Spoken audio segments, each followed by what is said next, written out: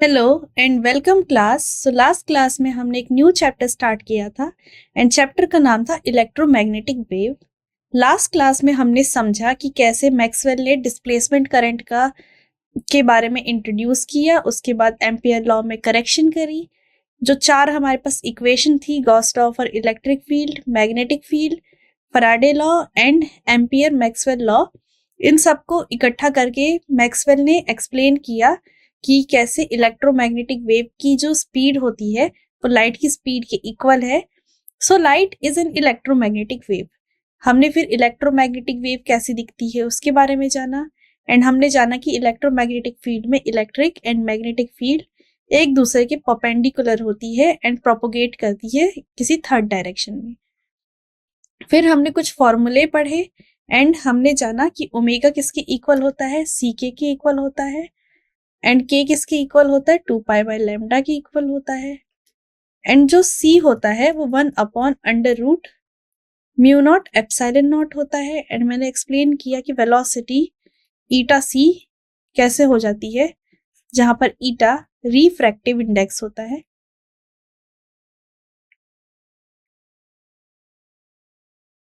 Okay, इसके बारे में अभी और डिस्कस करेंगे। वी में हम ε0 नहीं यूज कर सकते, तो म्यू एंड एप्सिलॉन क्यों यूज करते हैं, एंड ये फॉर्मूला हम जानते हैं एंड ये फॉर्मूला हमने इससे फाइंड आउट कर लिया था।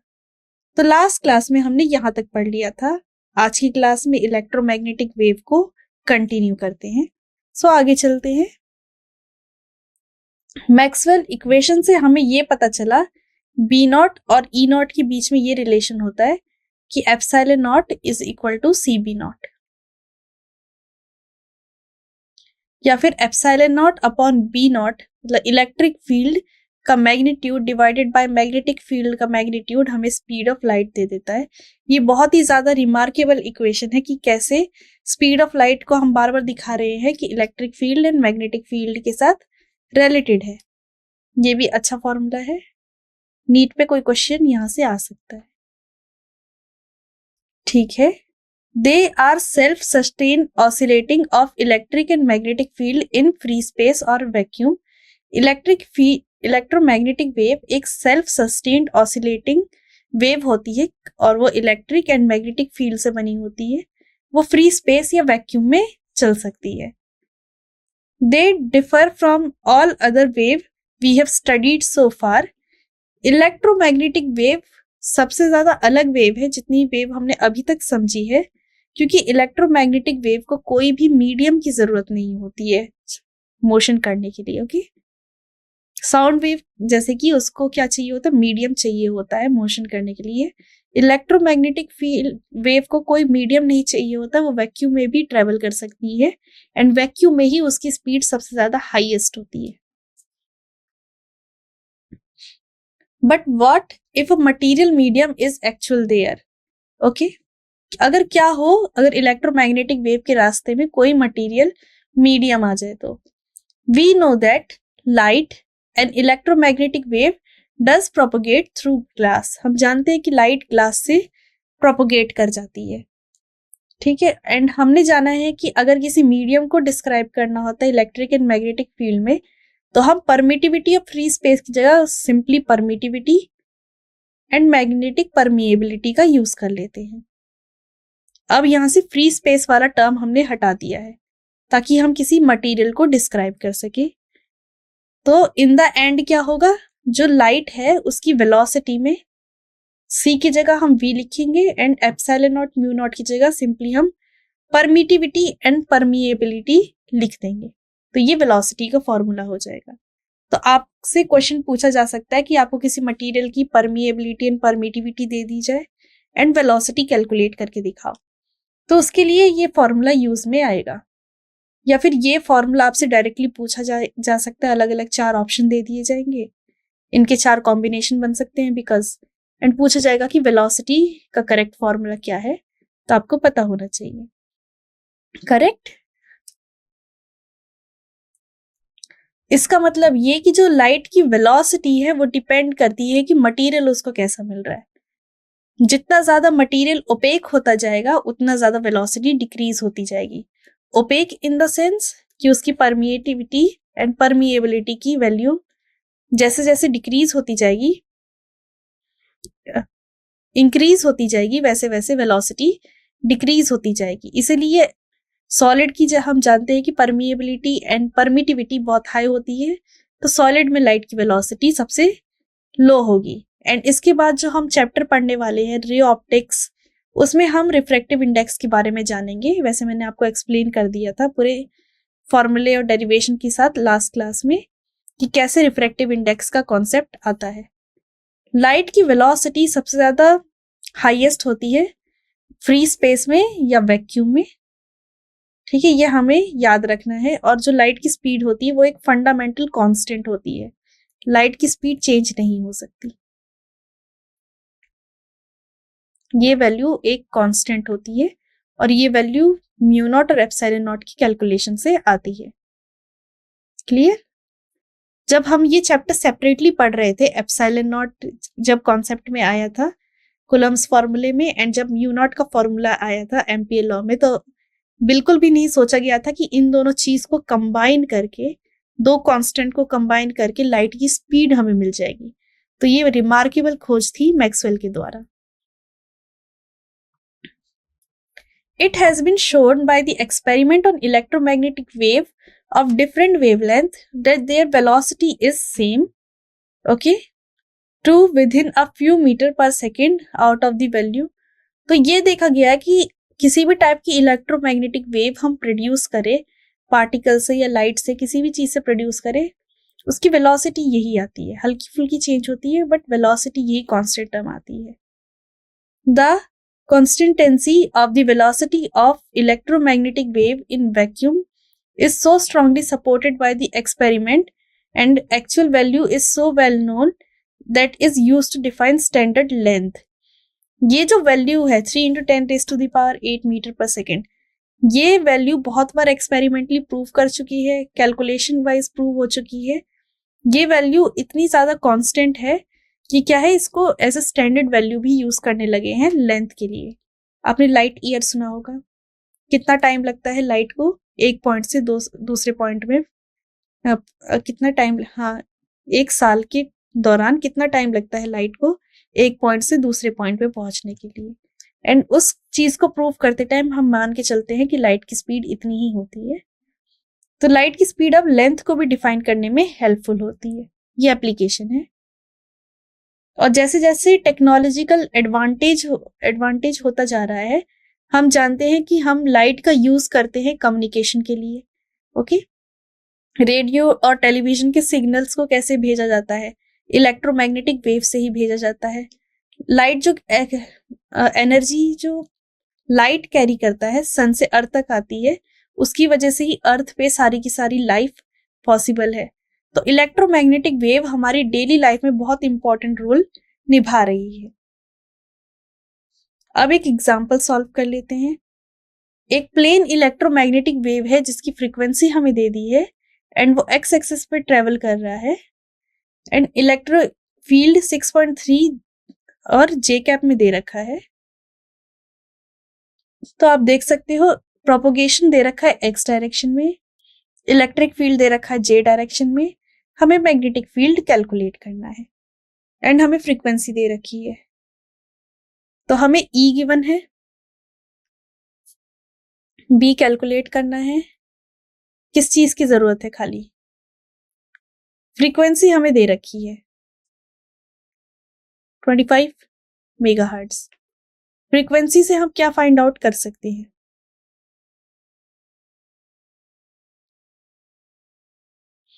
के वेक्टर फाइंड आउट कर सकते हैं, ओमेगा फाइंड आउट कर सकते हैं, लैम्डा फाइंड आउट कर सकते हैं।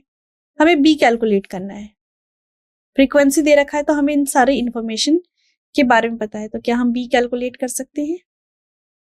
सो ये एक इजी क्वेश्चन है, इसको सॉल्व करते हैं। सॉल्यूशन यही है कि बी इक्वल होता है ई अपॉन सी के, एंड सी हमें दे रखा है, ई हमें दे रखा है, बी सिंपली कैलकुलेट हो जाएगा। फ्रीक्वेंसी का कोई यूज नहीं आया बिकॉज लाइट की स्पीड हर जगह कांस्टेंट होगी।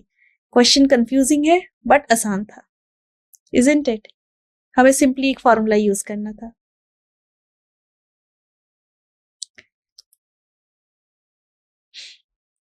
अब मेन चीज है कि डायरेक्शन की इंफॉर्मेशन फ्रीक्वेंसी ने दे दी। क्वेश्चन में ये कह रखा है कि जो इलेक्ट्रिक फील्ड है वो y के अलोंग है और वेव प्रोपोगेट कर रहा है x के अलोंग। तो इसका मतलब ये कि जो मैग्नेटिक फील्ड होगा वो डेफिनेटली z के अलोंग ही प्रोपोगेट करना चाहिए। तो इसलिए जो फाइनल आंसर है उसमें k कैप लिख दिया। फ्रीक्वेंसी का इस क्वेश्चन में सिर्फ यही यूज था। आगे चलते हैं। और अगर हमें मैग्नेटिक फील्ड को बहुत प्रॉपर वे में लिखना है तो हम फॉर्मूला जानते हैं। Magnetic field in z direction किसके इक्वल हो जाएगा, B not sign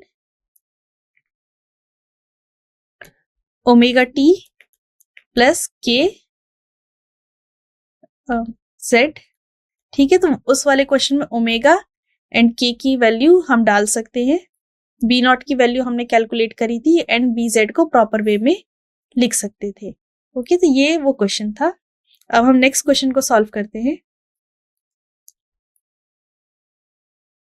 next question में हमें क्या कह रखा है, magnetic field in a plane of electromagnetic wave is given bye.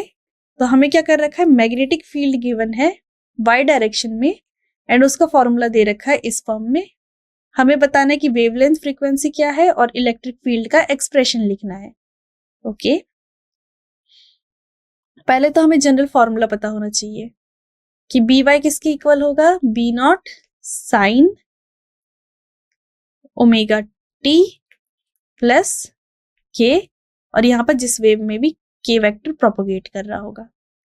And अगर कंपेयर करें इन दोनों इक्वेशन को तो बी नॉट हमें दे रखा है, ठीक है, हमें के दे रखा है, हमें ओमेगा दे रखा है एंड के के साथ एक्स है। तो इसका मतलब इलेक्ट्रोमैग्नेटिक वेव एक्स डायरेक्शन में है, बी हमारा वाई डायरेक्शन में है, इलेक्ट्रिक फील्ड हमारी जेड डायरेक्शन में ही आएगी। वेवलेंथ आप कैलकुलेट कर सकते हो बिकॉज आपको के गिवन है, वेवलेंथ कैलकुलेट हो जाएगी। फ्रीक्वेंसी आप कैलकुलेट कर सकते हो बिकॉज आपके पास ओमेगा गिवन है एंड आप इलेक्ट्रिक फील्ड का भी एक्सप्रेशन निकाल सकते हो, C equals to E by B से।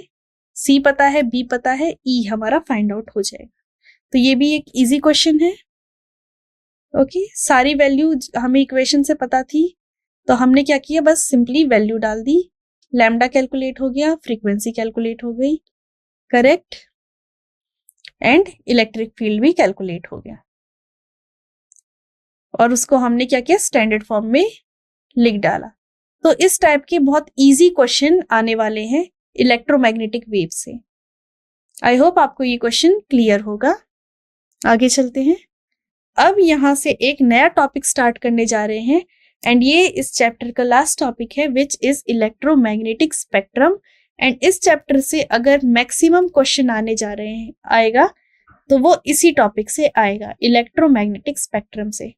इसमें कुछ टेबल्स होती है, अलग अलग आपको इलेक्ट्रोमैग्नेटिक वेव मिलेगी, उसकी वेवलेंथ क्या है, उसकी फ्रीक्वेंसी क्या है एंड उसका यूज क्या है, मेनली आपको वो याद रखना होता है, वहीं से ही क्वेश्चंस आते हैं। पर हम जानते हैं कंप्लीटली कि इलेक्ट्रोमैग्नेटिक स्पेक्ट्रम होता क्या है। So at the time Maxwell predict the existence of electromagnetic wave. जब मैक्सवेल ने प्रेडिक्ट किया कि इलेक्ट्रोमैग्नेटिक वेव होती है तो मैक्सवेल को उस टाइम एक ही इलेक्ट्रोमैग्नेटिक वेव के बारे में पता था जो कि है लाइट। ओके, विजिबल लाइट के बारे में ही पता था। उस टाइम ना तो अल्ट्रावायलेट का कॉन्सेप्ट था ना इंफ्रारेड का कॉन्सेप्ट था।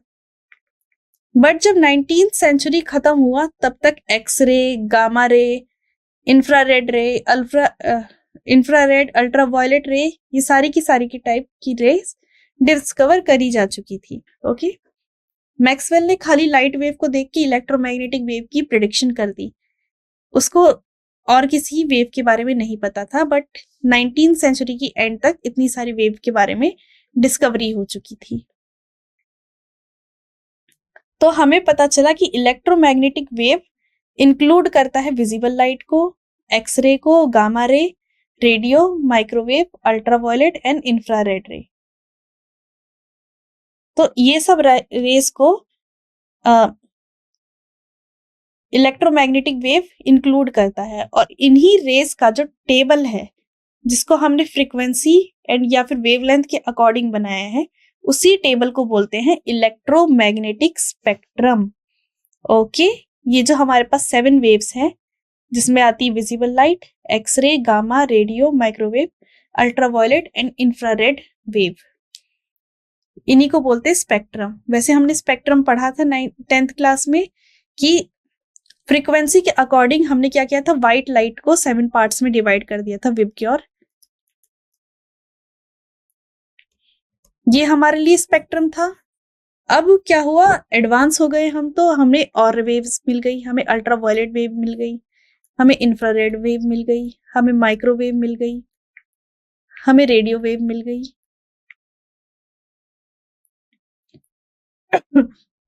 ये हमारी विजिबल लाइट है, ये हमारी अल्ट्रावायलेट है, ठीक है, एक्सरे आ जाती है,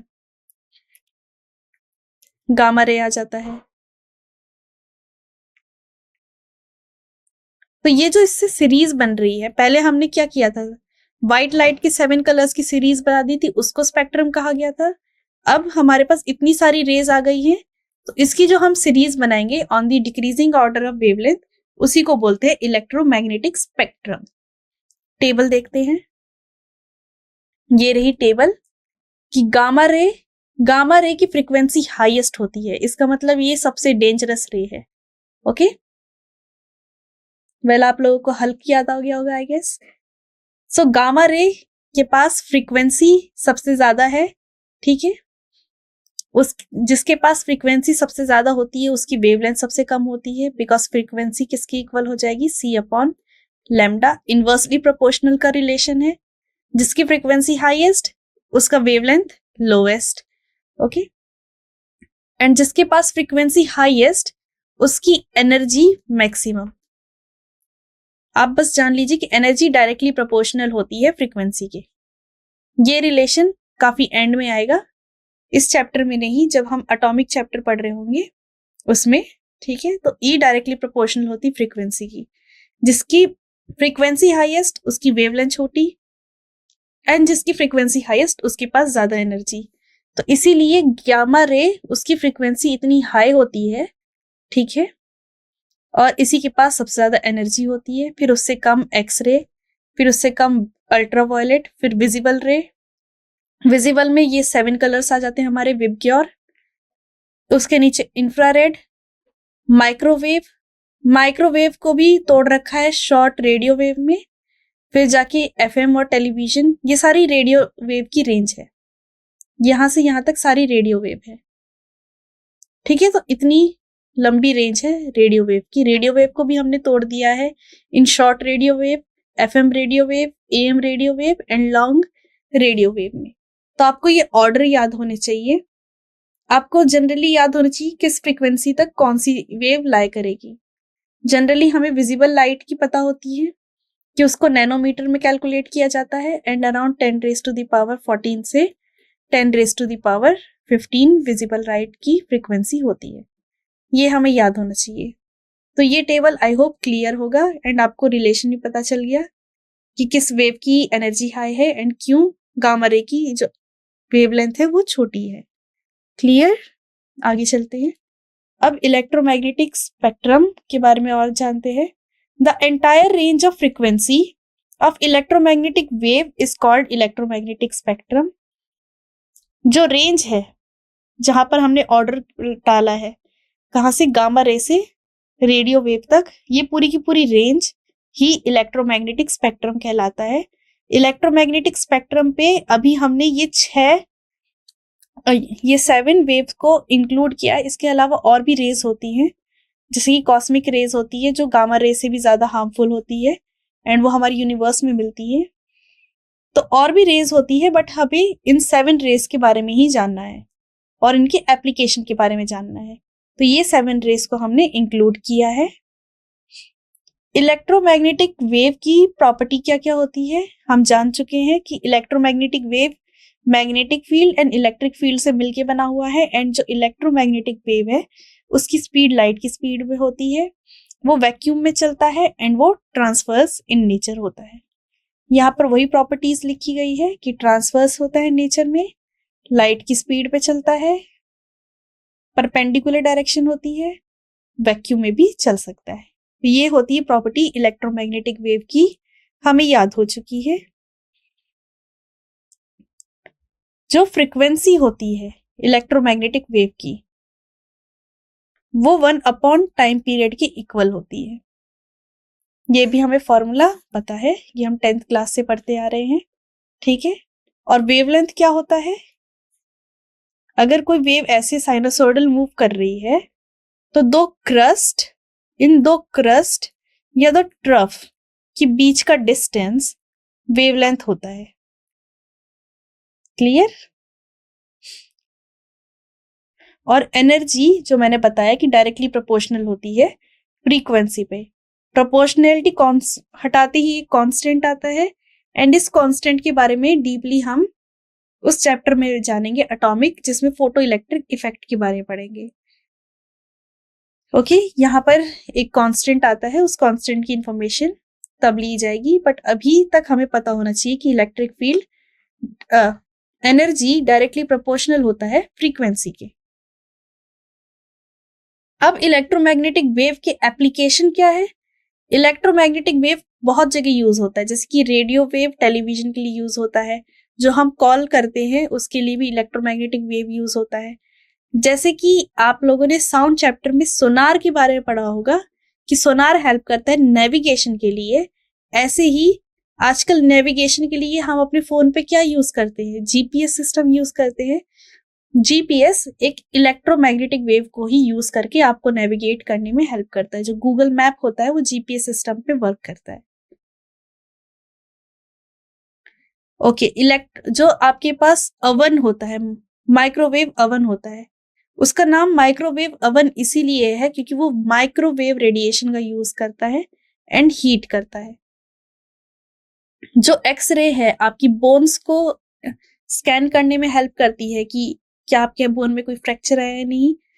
वो एक्सरे डिवाइस एक्चुअली में वो एक्सरे को यूज करता है, इसीलिए उस डिवाइस का नाम एक्सरे रखा है। एमआरआई जो होता है वो भी इलेक्ट्रोमैग्नेटिक को यूज करता है। तो आप देख सकते हो कि जो मेडिकल फील्ड है वहां पर इलेक्ट्रोमैग्नेटिक वेव बहुत ज्यादा यूज होते हैं।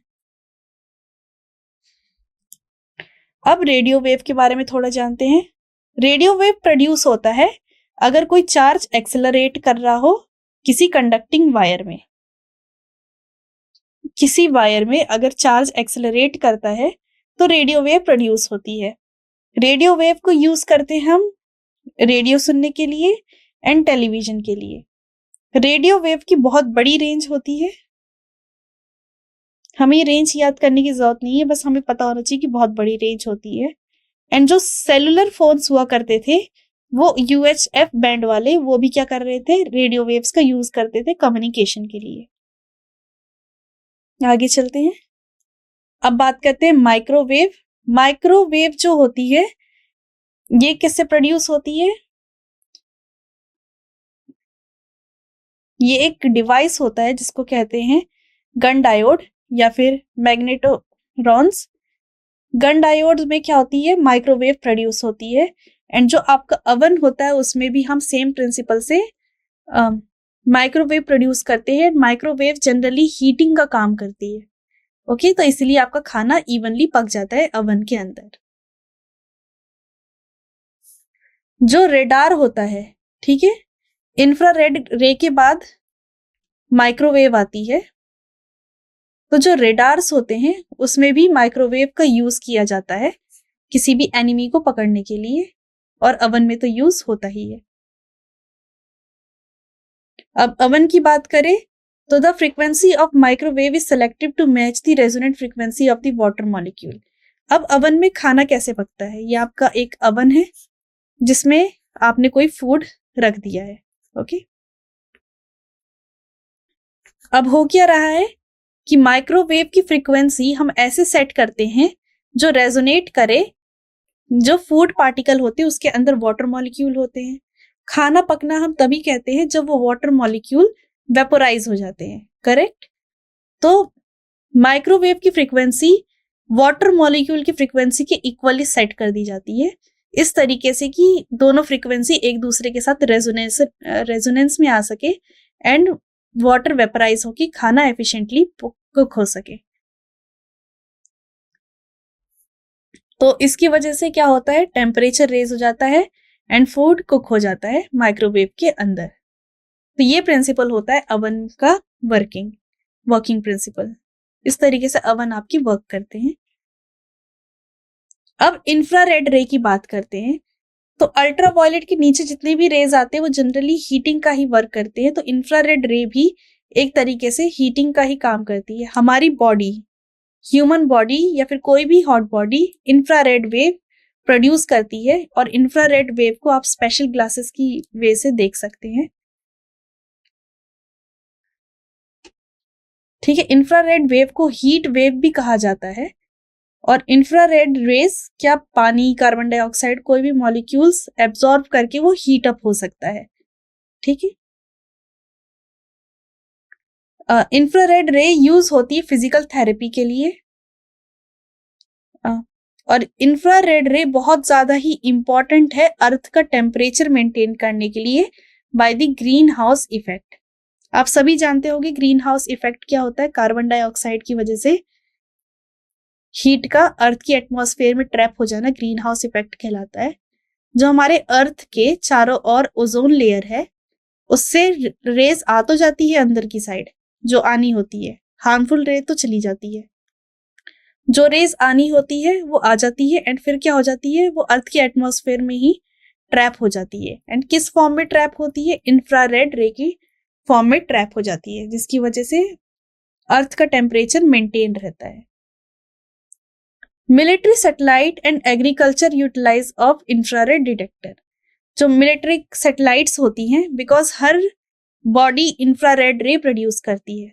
तो अगर आपको रात के समय अपने एनिमी को देखना हो तो आप क्या करोगे, उसका इंफ्रारेड रे उससे निकल रही होगी, आप स्पेशल गॉगल्स बनाओगे जो इंफ्रारेड रे को देख सकती है एंड क्या कर सकोगे, आप इंफ्रारेड रे को देख पाओगे। तो मिलिट्री लोग यूज करते हैं, एग्रीकल्चर भी यूज होता है ताकि एनिमल्स को डिटेक्ट कर सके कि कोई आपकी खेती खराब तो नहीं कर रहा है। ओके, तो यहाँ पर इंफ्रारेड रे यूज होती है। Infrared emitting electronic device include remote switch. जो आपके टेलीविजन की जो रिमोट कंट्रोल होता है उससे एक्चुअली में इंफ्रारेड रेज ही निकलती है। उसकी वजह से क्या होते हैं, चैनल्स चेंज हो पाते हैं। तो इंफ्रारेड रे की यहाँ एप्लीकेशन है। इसके बाद अल्ट्रावायलेट रे। अल्ट्रावायलेट रे, वायलेट के बाद जो हायर फ्रिक्वेंसी की रे आती है उसको अल्ट्रावायलेट रे कहते हैं। इसकी फ्रिक्वेंसी हाई होती है एंड वेवलेंथ कम होती है वायलेट की कंपैरिजन में। इंफ्रारेड रे प्रोड्यूस करी जाती है कोई स्पेशल लैंप या बहुत ज्यादा ही हॉट बॉडी जैसे कि सन। बट सन से आने वाली जो मैक्सिमम इंफ्रारेड रे होती है वो क्या हो जाती है, रिफ्लेक्ट कर दिया जाता है बाय दी ओजोन लेयर।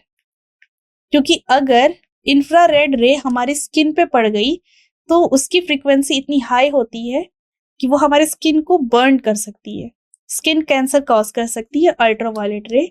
तो इसीलिए हमारे अर्थ के जो चारों ओर एटमॉस्फेयर है वो हमें प्रोटेक्ट करता है अल्ट्रावायलेट रे से एंड हमारे को ज्यादा बर्न नहीं होता है। अल्ट्रावायलेट रे का हार्मफुल इफेक्ट जनरली टैनिंग हो जाती है, सनबर्न हो जाता है, स्किन कैंसर हो जाता है, अगर आई में डायरेक्ट चली गई तो कैटरेक्ट हो सकता है। Ultraviolet radiation is absorbed by the ordinary glass, so you cannot get tan or sunburn during the glass window. इसलिए जितने भी ग्लास विंडोज होते हैं, शीशे के विंडो होते हैं, वो जनरली अल्ट्रावायलेट रे को रिफ्लेक्ट कर देते हैं। अगर यूवी रे आ रहा होता है तो उसको रिफ्लेक्ट बैक कर लेते हैं। तो अगर आप शीशे के अंदर हो, कार में हो, शीशा बंद कर लिया है, भले ही आपको सन की रोशनी आ रही है, अल्ट्रावायलेट रेज आपको हार्म नहीं कर सकती, बिकॉज शीशे क्या करते हैं, अल्ट्रावायलेट रे को रिफ्लेक्ट बैक कर देते हैं। तो जो वेल्डर्स होते हैं, बिकॉज वो हाई टेम्परेचर में काम करते हैं तो उनको अल्ट्रावायलेट रे से एक्सपोज रहते हैं, इसलिए वो स्पेशल ग्लास मास्क पहन के रखते हैं ताकि वो अपने आप को प्रोटेक्ट कर सके। अल्ट्रावायलेट रेडिएशन का बहुत जगह यूज हो सकता है, जैसे कि जो लेसिक आई सर्जरी होती है, ओके, आई से कैटरेक्ट हटाना, ओके, या फिर चीजें हटाना, उसमें अल्ट्रावायलेट रेडिएशन का यूज होता है। अल्ट्रावायलेट रेडिएशन यूज होता है आपकी वाटर को प्यूरिफाई करने के लिए, जर्म्स को किल करने के लिए।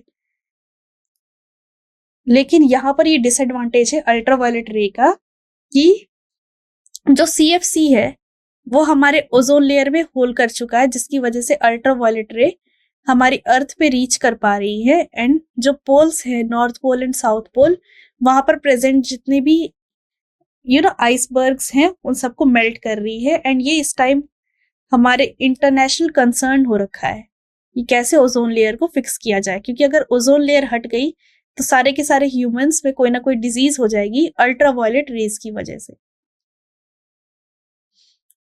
एक्सरे अल्ट्रावायलेट रे से भी खतरनाक रे होती है। इसकी वेवलेंथ बहुत ज्यादा बड़ी होती है, फ्रीक्वेंसी बहुत छोटी होती है। और जनरेट कब होता है? Bombarding of a metal target with high energy electron. आपके पास कोई मेटल है एंड उस पे अगर आप हाई एनर्जी इलेक्ट्रॉन बॉम्बार्ड कराओगे तो उससे जो रेज निकलती है उसे एक्सरे कहा जाता है। ओके, और ये बहुत ज्यादा ही हार्मफुल रे होती है, इसलिए बहुत थोड़ी देर के लिए ही आपकी बॉडी को एक्सपोज किया जाता है एक्सरे से, वरना वो आपकी हड्डियां पिघला सकती हैं। तो मेडिकल यूज में आता है कि ये जितने भी आपके बोन्स वोन्स होते हैं इंटीरियर आपकी बॉडी का, डायग्नोसिस या फिर कैंसर ट्रीटमेंट के लिए यूज किया जाता है। बायोलॉजिकल इफेक्ट ये है कि अगर आप थोड़ी देर के लिए भी एक्सरे के उसमें आ गए, अंदर आ गए, तो क्या होगा, आप कंप्लीटली डैमेज हो जाएगी आपकी बॉडी, लिविंग टिश्यूज बर्बाद हो जाएंगे। इसलिए बहुत ज्यादा इंपॉर्टेंट है कि इससे दूर रहा जाए। इसके बाद आ जाते हैं गामा रेस के बारे में। गामा रेस जो जितनी भी हमने 7 टाइप की जो रेस पढ़ी है उसमें सबसे ज्यादा हार्मफुल गामा रेस होती है। इसकी फ्रीक्वेंसी सबसे कम होती है, सबसे लंबी इसकी वेवलेंथ होती है।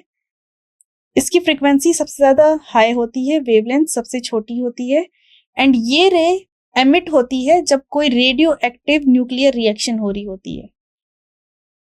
रेडियो एक्टिव, जैसे कि आगे हम न्यूक्लियाई चैप्टर पढ़ेंगे, उसमें हम देखेंगे कि जब न्यूक्लियर रिएक्शन हो रही होती है तो उसमें से गामा रे निकलती है। गामा रे एक्चुअली में इलेक्ट्रोमैग्नेटिक वेव ही होती है with very high frequency, and nuclear reaction के टाइम प्रोड्यूस हो रही होती है। और मेडिकल यूज इसका है कि कैंसर के ट्रीटमेंट के लिए हेल्प आता है। कैंसर के जो सेल होते हैं उस पर गामा रे डाला जाता है एंड क्या हो जाता है, वो सेल डिस्ट्रॉय हो जाते हैं, तो कैंसर के लिए हेल्पफुल होता है। ये टेबल, वैसे हमने सारी रेस को एक्सप्लेन कर लिया है, ये टेबल बहुत इंपॉर्टेंट है कि रेडियो वेव क्या है। ऑसिलेटिंग चार्ज जो होते हैं एंटीनाज में होते हैं उससे बन रही होती है। माइक्रोवेव गन डायोड या मैग्नेट्रॉन से बन रही होती है। इंफ्रारेड हर एक हॉट बॉडी प्रोड्यूस कर रही होती है। Visible light hot bodies produce कर रही होती है। अल्ट्रा वायलेट भी क्या होती है, जो बहुत ज्यादा ही यहाँ पर टेम्परेचर इंक्रीज हो रहा है। थोड़ा कम टेम्परेचर तो इंफ्रारेड, थोड़ा ज्यादा टेम्परेचर तो विजिबल लाइट, एंड उससे ज्यादा टेम्परेचर तो अल्ट्रावायलेट लाइट मिलेगी। एक्सरे प्रोड्यूस होता है वेरी हाई एनर्जेटिक इलेक्ट्रॉन से, और गामा रे प्रोड्यूस होता है न्यूक्लियर रिएक्शन में। तो इस टेबल के साथ हमारा ये चैप्टर इलेक्ट्रोमैग्नेटिक वेव कंप्लीट हो जाता है। इलेक्ट्रोमैग्नेटिक वेव में हमने डिस्चार्ज करंट, इलेक्ट्रोमैग्नेटिक वेव क्या होती है, एंड इलेक्ट्रोमैग्नेटिक स्पेक्ट्रम में आने वाले 7 वेव के बारे में जाना। ये इस चैप्टर से नीट में एंड जेई में 1-1 मार्क्स के क्वेश्चन आ जाते हैं। सीबीएसई में जनरल पैटर्न अभी तक ये है कि इससे 2 या 3 मार्क्स के क्वेश्चन आते हैं, जनरली इलेक्ट्रोमैग्नेटिक स्पेक्ट्रम से आते हैं। तो हमें इलेक्ट्रोमैग्नेटिक स्पेक्ट्रम को अच्छे से ध्यान में रखना है। आई होप आपको आज की क्लास क्लियर होगी। अब हम नेक्स्ट क्लास में मिलते हैं। Thank you.